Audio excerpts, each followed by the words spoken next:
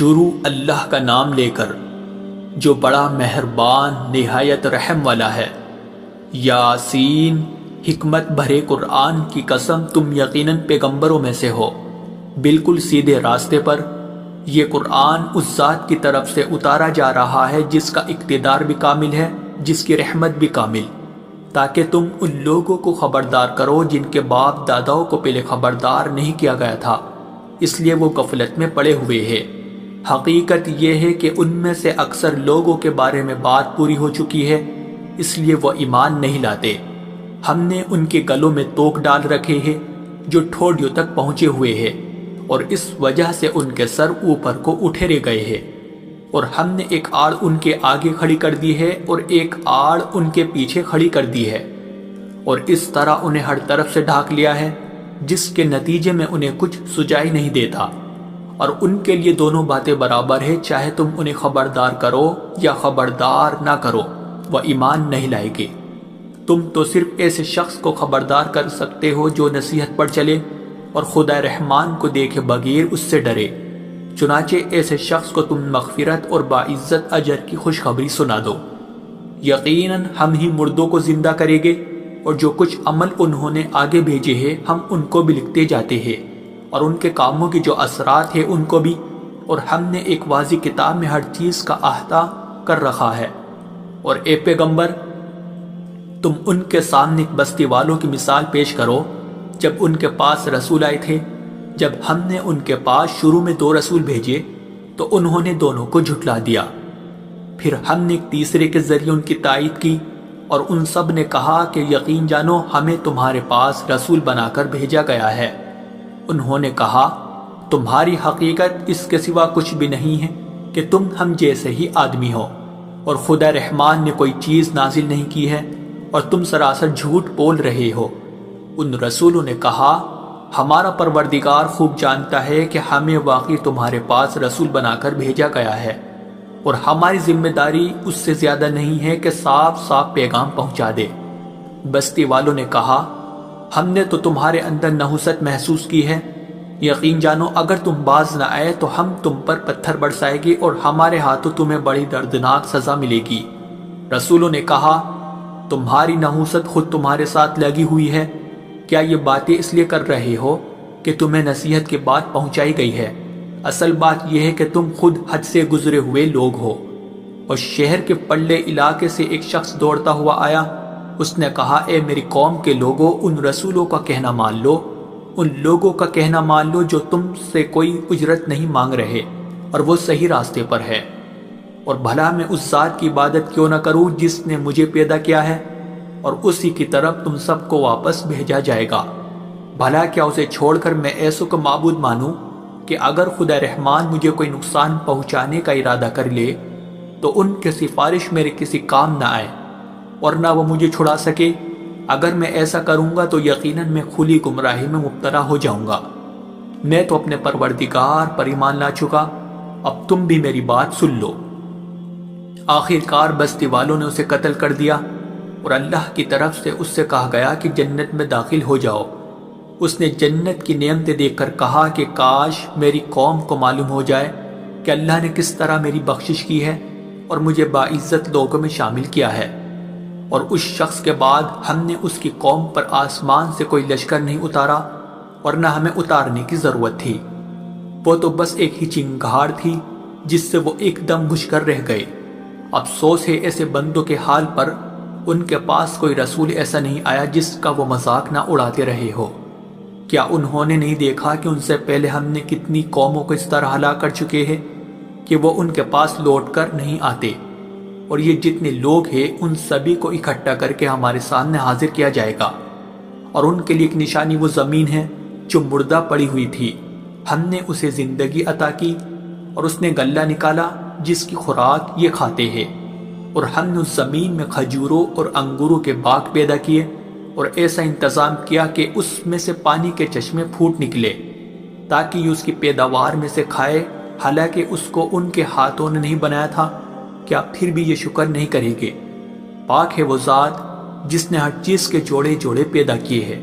اس پیداوار کے بھی جو زمین اگاتی ہے اور خود ان انسانوں کے بھی اور ان چیزوں کی بھی جنہیں یہ لوگ ابھی جانتے تک نہیں ہیں۔ اور ان کے لیے ایک اور نشانی رات ہے،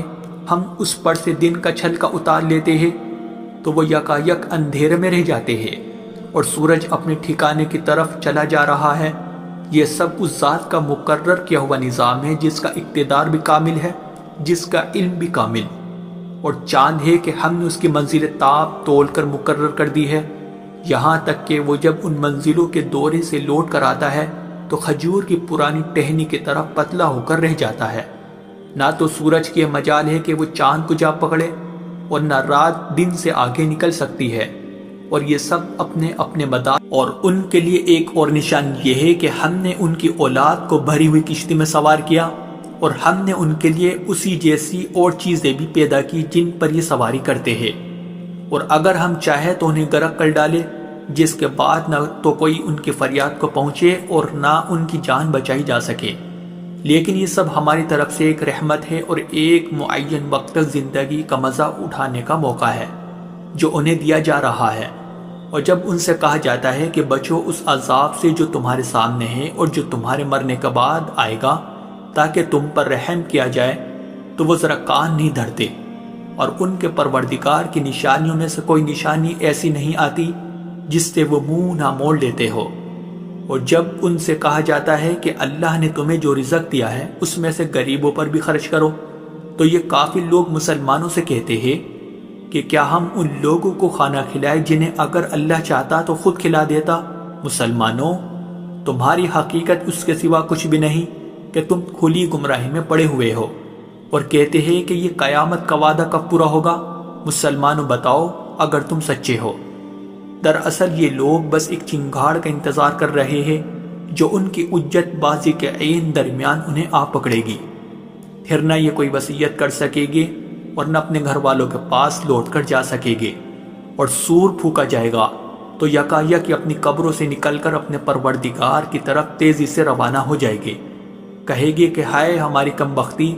ہمیں کس نے ہمارے مرکز سے اٹھا کھڑا کیا ہے؟ جواب ملے گا کہ یہ وہی چیز ہے جس کا خدا رحمان نے وعدہ کیا تھا اور پیغمبروں نے سچی بات کہی تھی، اور کچھ نہیں، بس ایک زور کی آواز ہوگی جس کے بعد یہ سب کے سب ہمارے سامنے حاضر کر دیے جائیں گے۔ چنانچہ اس دن کسی شخص پر کوئی ظلم نہیں ہوگا اور تمہیں کسی اور چیز کا نہیں، بلکہ انہی کاموں کا بدلہ ملے گا جو تم کیا کرتے تھے۔ جنت والے لوگ اس دن یقیناً اپنے مشغلے میں مگن ہوگے، اور وہ ان کی بیویاں گھنے سایوں میں آرام دانشتوں پر ٹیک لگائے ہوئے ہوگے۔ وہاں ان کے لیے میوے ہوگے اور انہیں ہر وہ چیز ملے گی جو وہ منگوائے گے۔ رحمت والے پروردگار کی طرف سے انہیں سلام کہا جائے گا، اور کافروں سے کہا جائے گا کہ اے مجرموں، آج تم مومنوں سے الگ ہو جاؤ۔ اے آدم کے بیٹو، کیا میں نے تمہیں یہ تاکید نہیں کر دی تھی کہ تم شیطان کی عبادت نہ کرنا، وہ تمہارا کھلا دشمن ہے، اور یہ کہ تم میری عبادت کرنا، یہی سیدھا راستہ ہے۔ اور حقیقت یہ ہے کہ شیطان نے تم میں سے ایک بڑی خلقت کو گمراہ کر ڈالا، تو کیا تم سمجھتے نہیں تھے؟ یہ ہے وہ جہنم جس سے تمہیں ڈرایا جاتا تھا، آج اس میں داخل ہو جاؤ کیونکہ تم کفر کیا کرتے تھے۔ آج کے دن ہم ان کے منہ پر مہر لگا دیں گے، اور ان کے ہاتھ ہم سے بات کریں گے، اور ان کے پاؤں گواہی دیں گے کہ وہ کیا کمائی کیا کرتے تھے۔ اور اگر ہم چاہیں تو یہی دنیا میں ان کی آنکھیں مل یا میٹ کر دیں، پھر یہ راستے کی تلاش میں بھاگے پھرے، لیکن انہیں کہاں کچھ سجا۔ اور اگر ہم چاہیں تو ان کی اپنی جگہ پر بیٹھے بیٹھے ان کی صورتیں اس طرح مسخ کر دے کہ یہ نہ آگے بڑھ سکے اور نہ پیچھے لوٹ سکے۔ اور ہم جس شخص کو لمبی عمر دیتے ہیں اسے تخلیقی اعتبار سے الٹ ہی دیتے ہیں، کیا پھر بھی انہیں عقل نہیں آتی؟ اور ہم نے اپنے ان پیغمبروں کو نہ شاعری سکھائی ہے اور نہ وہ ان کے شایان شان ہیں، یہ تو بس ایک نصیحت کی بات ہے، اور ایسا قرآن جو حقیقت کو کھول کھول کر بیان کرتا ہے تاکہ ہر اس شخص کو خبردار کرے جو زندہ ہو، اور تاکہ کفر کرنے والوں پر حجت پوری ہو جائے۔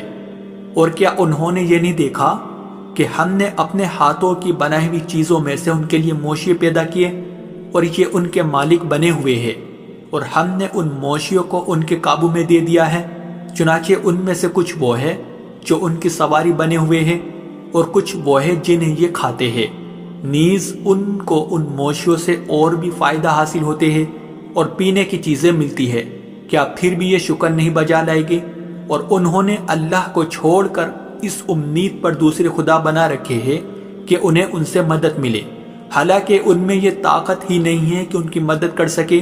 بلکہ وہ ان کے لیے ایک ایسا مخالف لشکر بنے گے جسے قیامت میں ان کے سامنے حاضر کر لیا جائے گا۔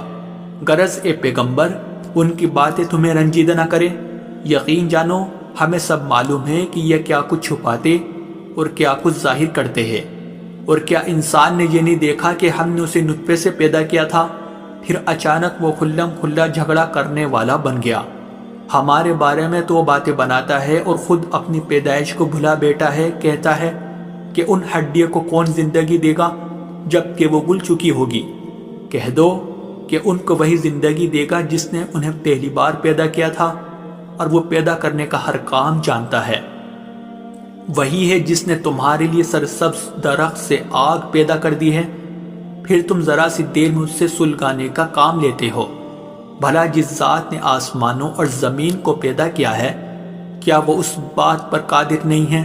کہ ان جیسوں کو دوبارہ پیدا کر سکے؟ کیوں نہیں، جبکہ وہ سب کچھ پیدا کرنے کی پوری مہرت رکھتا ہے۔ اس کا معاملہ تو یہ ہے کہ جب وہ کسی چیز کا ارادہ کر لے تو صرف اتنا کہتا ہے کہ ہو جا، بس وہ ہو جاتی ہے۔